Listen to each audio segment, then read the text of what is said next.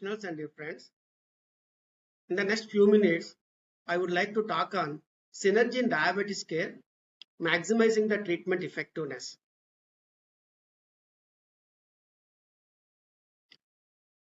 So let us see an index case. The 52-year-old male with 4 years duration of the diabetes, presented with HbA1c of 8.7%, fasting 144, postprandial 198, and is also having a history of hypertension. So it's a case of both diabetes and hypertension with a little bit higher HbA1c of 8.7%. And he got the diabetes at the age of 48 years, and now he is 52-year-old. And he is getting the treatment on the two drugs. One is glimepiride. He is getting 3 milligrams in the morning, and metformin 500 milligrams in the morning, a combination of glimepiride plus metformin after breakfast, and metformin 1000 milligrams after the dinner. So still the fasting is higher, the PP is higher, HbA1c is higher. So what to do now?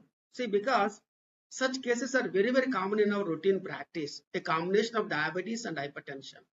In all these cases, we should give equal importance to the hypertension management as well as the diabetes management, and we have to keep the fasting blood sugar around 100 to 110, postprandial blood sugar between 140 to 160, and A1C between 6.5 to 7%.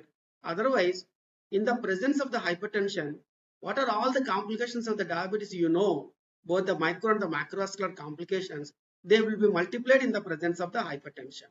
So he needs AS or ARB at higher dosages, and he may also need an amlodipine or a cilindipine as a calcium channel blocker, and sometimes he may need a chlorthalidone or a beta blocker, a cardiovascular beta blocker like bisoprolol for the proper management of the hypertension. Now our topic is how to manage the diabetes in this case. So how to reduce the blood sugars and how to keep the HbA1c at 6.5. So you have the two options. Because he's getting the glimepiride of 3 milligrams, you can increase the dose of the glimepiride because the maximum dose of the glimepiride is 8 milligrams, and he can go up to the 50% of the maximum tolerated dose, that is the 4 milligrams. So as he is getting the 3 milligrams, you can increase the glimepiride to one more, so to 4 milligrams, or you can add, you can also have the other options like you have the sulfonylurea, you have the alpha glucosidase inhibitor like the voglibose, or you can add the pioglitazone, or you can add the gliptins, or you can add the SGLT inhibitors. What to do is our concern now. So the not so uncommon problem in our routine practice is very common. Let us see the diabetes incidences. It is very high. You all know that nearly the 10 crores of the people of Indians are having the diabetes, and about 13 crores pre-diabetes. A lot of the people are hypertensive, and a lot of the people are with abdominal adiposity and generalized obesity, and also the dyslipidemia. So if you combine all these four, it's a metabolic syndrome, and of course the world capital of the metabolic syndrome is in India. So we have to concentrate not only the diabetes in all the diabetic individuals, we have to see that whether this fellow is also having the hypertension or the obesity or the dyslipidemia, has to be treated very effectively to avoid the long-term complications and to provide them a good quality of the life. See, there is a suboptimal glycemic control in Indian patients. So we all know that we have to keep the fasting blood sugar 100 or PP 150 or A1C is very easy to say. But what is the reality in our population? See, the average A1C is about 8.56, and I think that in our Godavari areas, maybe the average A1C is maybe 9 or 9.5 also.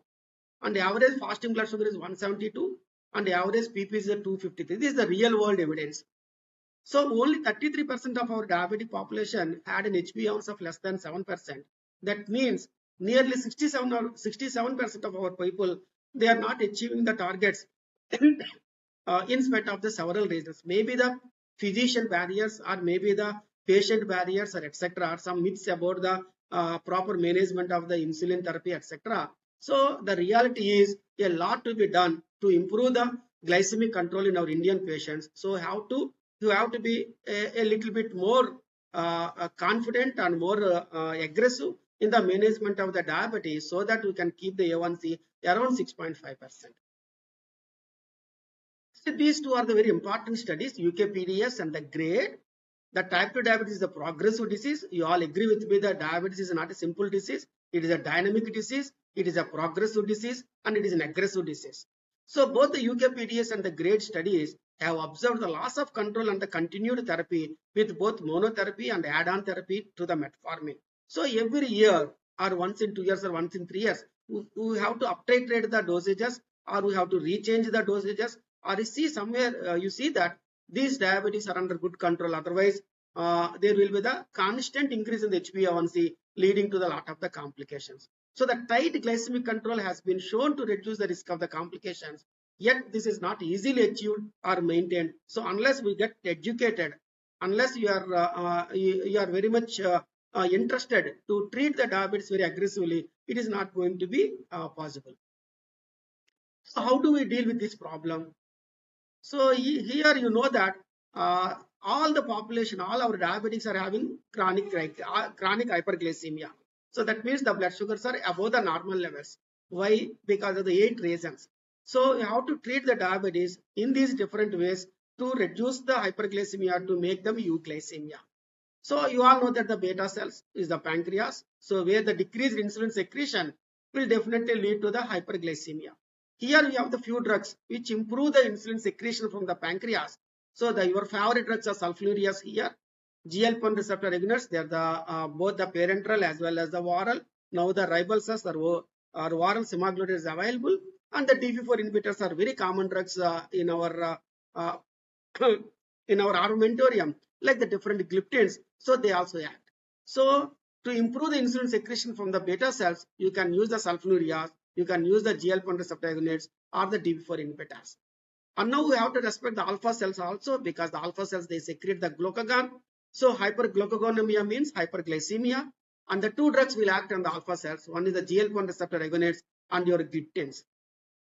And then the liver. So liver is the very important organ to tackle with the insulin resistance. And here that metformin is the important drug to act at the liver, and also the thiazolidinediones, your pioglitazone also will act here, and also the GLP-1 receptor agonists.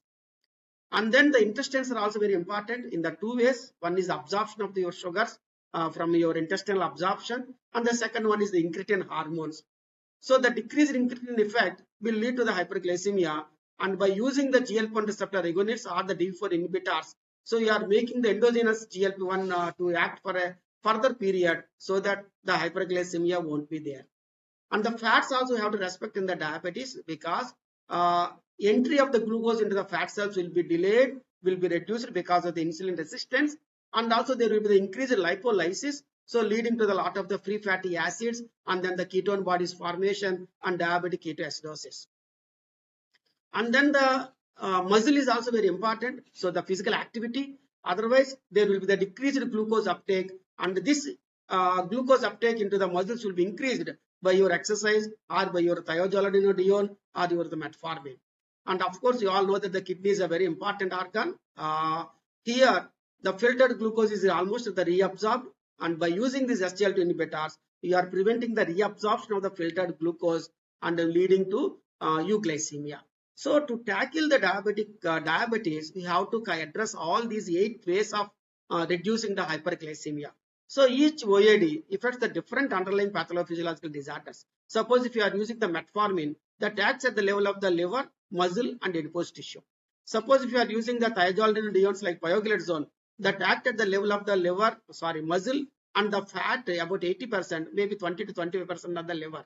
If you are using the glimepiride or your sulfonylureas, they act on the beta cells. If you are using the gliptins, they act on the beta cells, they act on the alpha cells, they act at the level of the liver, and to some extent they also act on the brain to reduce the satiety appetite center. And if you are using the voglibos, they act exclusively on the intestines. If you use the SGLT inhibitors like dapagliflozin, they act exclusively on the kidneys. And if you use the thiazolidinediones or the metformin, they act on the fat cells along with the muscle and the liver. So this is the very important ways of managing the hyperglycemia. So the earlier we have the conventional approach. The conventional approach is the stepwise treatment. So whenever you see a diabetic, so start with the diet and exercise, and then start with the metformin, and then you add the sulfonylureas, and then add the pioglitazone, and then you add the gliptin, and then you add the SGLT inhibitors, etc. And where your mean HbA1c is always above 8%. So you know that by maintaining the above 8 is always definitely we are inviting the more complications. So now the present concept is earlier, proactive, interventional, and combination therapy. So from the day one of your diabetic diagnosis, if at all possible, if at all they needed it, so straight away go for the conventional, straight away go with the combination therapy so that you can keep the HbA1c at about 7 or less than the 7 to avoid the complications.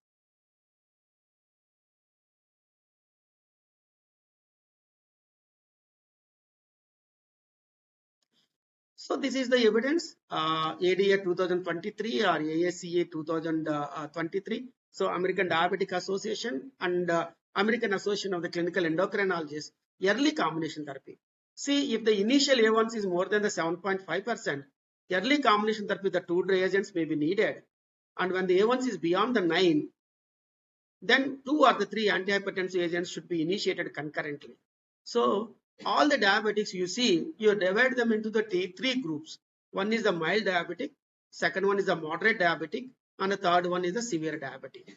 When the A1C is between 6.5 to 7.5, they are the mild. When the A1C is between 7.5 and the 9, they are the moderate. When the A1C is beyond the 9, they are the severe. So in the first group, it's your mild hypertensives, you can treat with the diet, exercise, or with the metformin. When the A1C is between 7.5 and the 9, so along with your diet and exercise, your lifestyle measures, and metformin plus some other drug, maybe the gliptins or the SGLT inhibitors or GLP-1 receptor agonists, etc. When the A1C is beyond the 9, so definitely you have to use the 2 or the 3 antihypertensive medication, anti-hyperglycemic medications on the day 1. So the management of the diabetes is now very clearly shown that even at the time of the diagnosis itself, you can treat with the combination therapy, because in our Indian practice, so most of the people we diagnose the diabetes at the A1C of beyond the 9, maybe 10, 11, 12 also. So most of the people with the HbA1c less than the 9 or 10, they don't have any symptoms, because the most common symptom in diabetes is no symptom at all. Asymptomatic 80 to 90%. Only 10% of the diabetes they present with your symptoms. So unless you see the HbA1c, unless you concentrate on the combination therapy, it is very difficult to treat the diabetics and give them a good quality of the life. What are the pros of the combination therapy? Why should you use a combination therapy?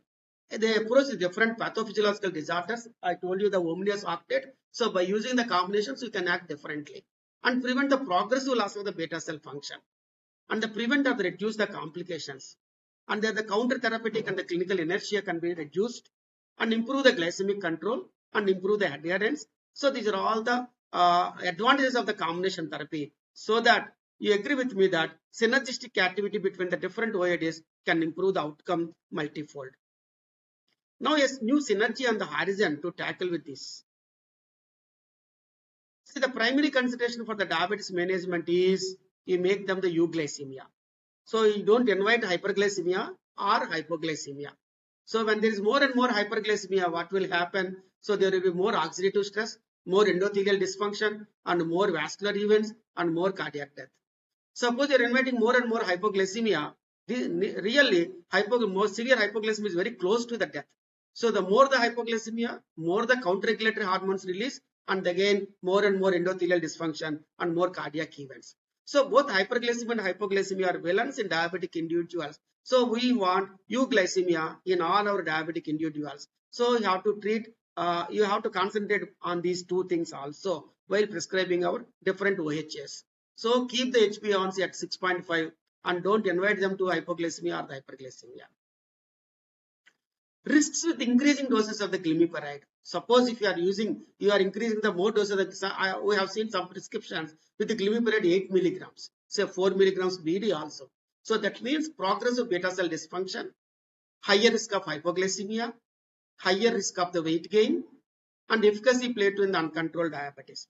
So better not to use the maximum doses of the glimepiride, for that matter, any sulfonylurea, glibenclamide or the glipizide or the glycoside. So better to use the 50% of the maximum tolerated dose to achieve your therapeutic control. So now the rationale of the lower dose of the glimepiride in combination with the sitagliptin and the metformin. So instead of going to the higher dose of the glimepiride, you can add the sitagliptin to the existing metformin and the glimepiride treatment, so that the maintenance of the beta cell function can be seen and improved diabetes control and synergism with the metformin will be seen. So these are all the advantages of this combination. So can we achieve better glycemic control by decreasing the dose of the glimepiride and adding the sitagliptin? So reduce the glimepiride dose and add the metformin, sitagliptin with the existing metformin therapy. So let us see what to do. So this is the one trial. They have taken nearly the 392 subjects and they are given the divided into two groups. In one group, they are given the three drugs, that is, your glimepiride, metformin, and sitagliptin in a fixed dose combination. And the other patient, they have given the glimepiride and the metformin. See the step down approach on the glimepiride dose. So reduce the 4 milligrams to the 1 milligrams PD. And inclusion criteria, somewhere between the HbA1c 8 and the 11%. So mostly in the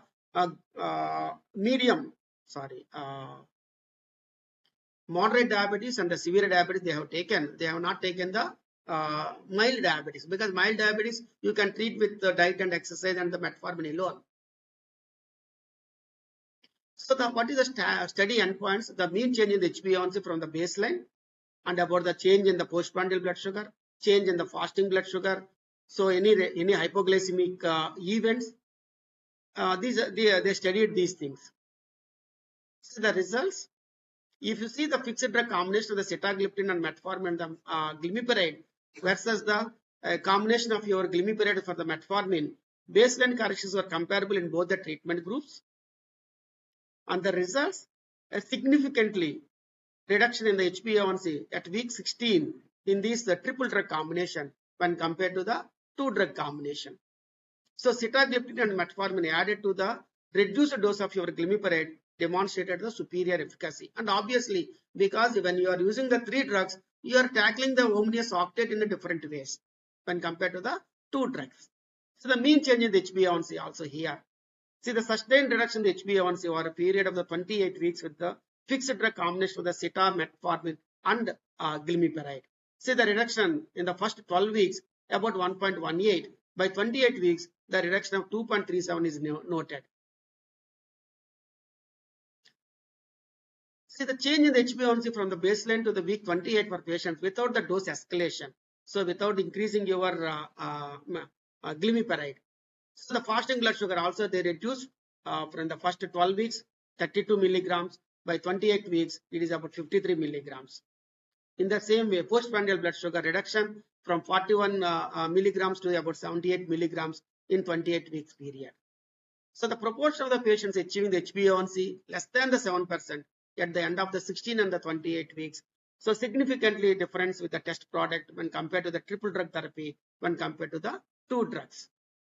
So that efficacy wise, so the fixed drug combination was significantly superior in comparison to the co-administration of the metformin and the glimepiride, because they reduced the HbA1c much better, they reduced the fasting blood sugar much better, they reduced the postprandial blood sugar much better with the less events of the hypoglycemia and weight gain. So that is how it is efficacy.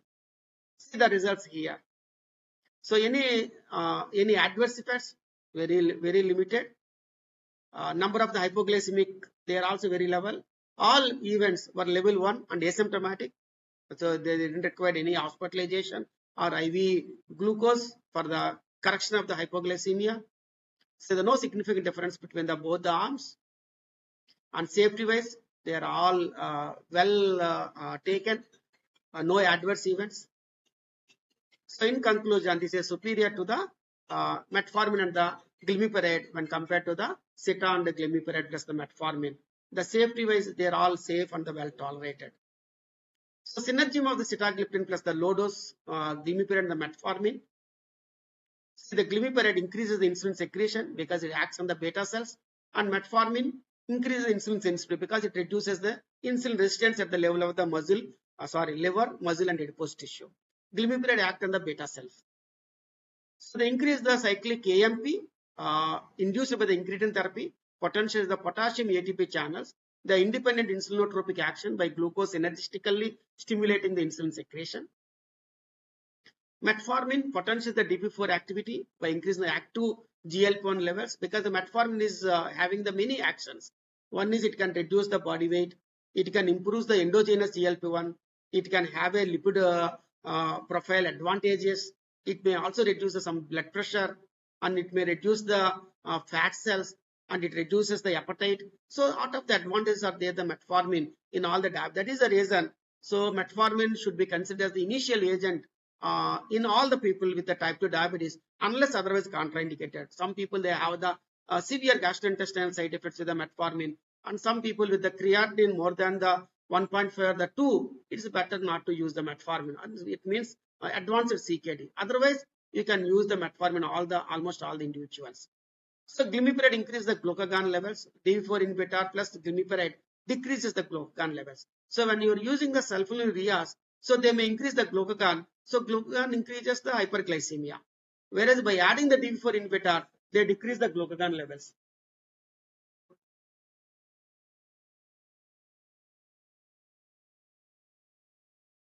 So metformin and the sitagliptin, they decrease the hepatic glucose output. Sitagliptin increases the homeostasis.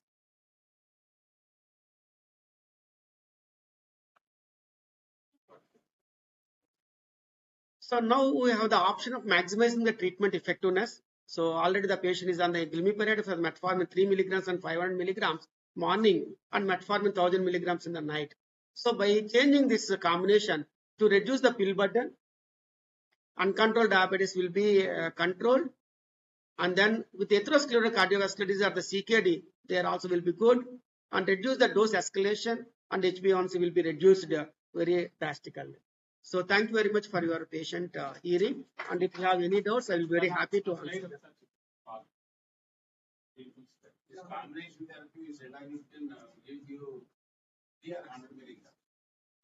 The dose is the 100 milligrams of sitagliptin per day. But in this combination, you will have the 50 milligrams of the sitagliptin and about 500 milligrams of the metformin and the 1 or the 2 milligrams of the glimepiride. So the BD, you can have it. You can have.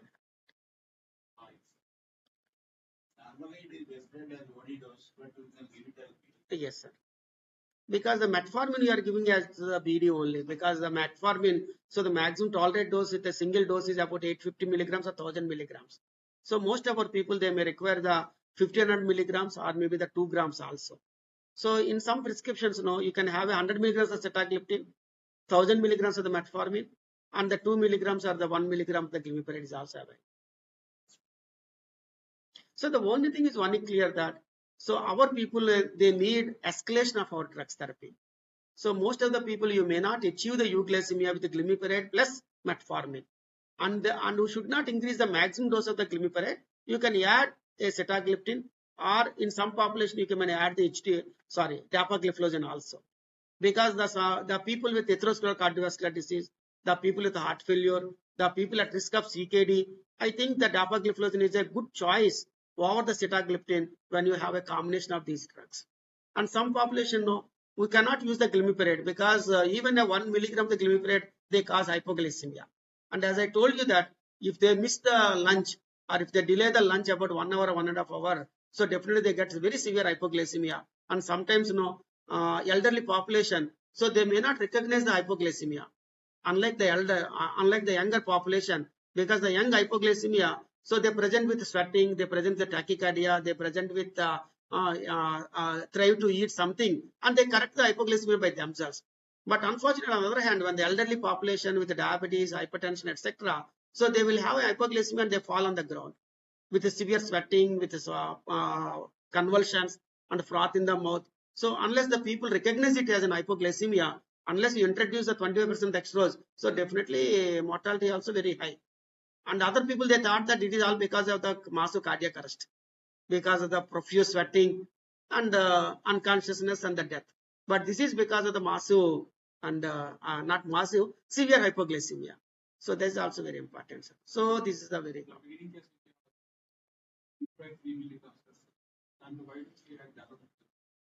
Why don't you add? Yes, you can also add the DAPA. You can also add DAPA. See, the DAPA indications to add the DAPA is when the risk of atherosclerotic cardiovascular disease, when the risk of the heart failure, when the risk of the CKD. So, hypertension, definitely have to use the antihypertensive medications. See, that is an added advantage. When the fellow's blood pressure is 160 by 100, even you use the dapagliflozin, the BP may not come to 120 by 80. There you have to use the ACE inhibitors or ARB. But this dapagliflozin may help you to some extent, but it is not an antihypertensive by itself. It is an added advantage. So, see, in Indian population, all these combinations will have will fit into the some groups. So for you, I don't prescribe the dapagliflozin. I prescribe the more of the sitagliptin and the metformin, because the sita will act on the different 5 ways. So they act on the beta cells, they act on the alpha cells, they act at the liver, they also act at the brain, etc. Suppose on the other hand, when the fellow is obese, so for example, I think you are about 70 or 75 kgs. Suppose 90 kgs, then I prefer the dapagliflozin, because the DAPA will cause weight loss, the DAPA will cause glucosuria, and the DAPA will save the vessels, and the DAPA will save the heart failure, will protect from the CKD, so etc. So when the fellow with a strong family history of massive myocardial infarctions, a strong family history of the CKD, so better to use the dapagliflozin to prevent the long-term complications. Otherwise, see, metformin is very good, but respect the gut side effects and respect the creatinine levels. Sitagliptin is good, but some people will develop the arthralgia. Some people will develop the upper respiratory tract infections. Some people they develop the rash. So otherwise, it's also good drug. And the dapagliflozin very good, but some people they develop the urinary tract infections and also the vulvovaginitis or the balanitis. So in such individuals, improve the perineal hygiene and give the more and more hydration. But still, some of my patients, they are not tolerating the dapagliflozin. So I have to stop them and I have to go for the other drugs. Suppose if the patient can afford, he is very obese, so you can start with the oral semaglutide, Ribelsus, plus metformin. Suppose the patient wants only once in a week injection or once in 15 days injection, straight away you can go for the liraglutide or the dulaglutide as a GLP-1 receptor agonist. So in that way you can treat them. So some people know I can't spend much money, sir. I'm very, very poor. You can straight away start with your glimepiride. 2 mg is costing about 2 rupees or 5 rupees, and the metformin costing about 1 rupee or 1.5 rupee. So per day 5 to 6 rupees, we can manage the diabetes very effectively. But the thing is, he gets the hypoglycemia very often. So awareness of the hypoglycemia should be there. But earlier beta cell fatigue will be there. When you use the glimepiride from the day one, you are making the pancreas to secrete more and more insulin. So you are making the beta cells react very effectively. So the beta cell fatigue will be there. So within 5 years or the 10 years of your sulfonylurea therapy, so they may need insulin therapy, because whatever the beta cells are there, they exhausted. So finally they need insulin therapy. So most of all people, they don't want the long-term effects. They want the short-term gains. So in short-term gains, you can use the sulfonylureas. For long-term gains, you can use the sitagliptin or the DB4 inhibitor or oral semaglutide, etc. Yeah. So it is between you and the patient. I think you are the better judge to prescribe which drug. So for all the population, diet. For all the population, exercise. For all the population, metformin. For most of the population, sitagliptin or any gliptin of your choice. Preferably sitagliptin is the choice, because earlier each sitagliptin 100 mg is costing about 80 rupees or 100 rupees. Now it is costing about 8 rupees or 10 rupees. So it is now easily available and affordable. So in that way, you have to choose your own patient. See, whatever the drugs you prescribe it, you please prescribe them few years to get your effects. It is not an antibiotic or a B complex. So unless you use for years together, you won't get this vascular protection. ఏదో మన దగ్గరికి వచ్చాడు ఈ రోజు patient ఏదో 2000 పట్టుకొచ్చాడు 5000 పట్టుకొచ్చాడు అని ఈ రోజు రాసేస్తాం. నెక్స్ట్ మంత్ వచ్చిన తర్వాత మళ్ళీ 500 తోటి వస్తాడు మన దగ్గరికి. సరిపోదు కదా, 500తో నెల అంతా మందులు రావు. అప్పుడు మళ్ళీ మనం ఈ ఫస్ట్ మంత్ ఎంత మంచి ప్రిస్క్రిప్షన్ ఇచ్చినా సెకండ్ మంత్ వచ్చేటప్పుడు మళ్ళీ గ్లిమిపరైడ్ మెట్ఫార్మిన్కి వెళ్ళిపోతాడు. There is no use. అందుకని day 1 I told to my patients, see I want to respect your vessels, I want to respect your kidneys, I want to prevent these complications the long term. So for them, you have to use for about 2 years or 3 years or 4 years. Then only you will get these vascular protections. If you are affordable, you please continue this prescription. If you are not affordable, so go back to your own prescription of that drug or this drug, etc. So selection of the patient is very important. Sitagliptin you can use at any time. You can at any time, but usually sitagliptin you can use before the lunch because they act on the beta cells. So when the drug is acting on the beta cells, they release the insulin. So when there is insulin in the body, food must be there. Otherwise, they get the hypoglycemia. So preferably sitagliptin should be given before the food. But most of the sitagliptin we use is the metformin. So metformin causes a lot of the gastrointestinal side effects if you give it in the fasting. So a combination you give it after food. Individual drug give it at any time. Usually before the lunch. Dapagliflozin, it is not an hypoglycemic agent. It won't act on the beta cells. So it can be given at any time. At any time. Glimepiride usually it stimulates the beta cells. No, it releases the insulin. So chances of hypoglycemia very high. Preferably give before the food. Before.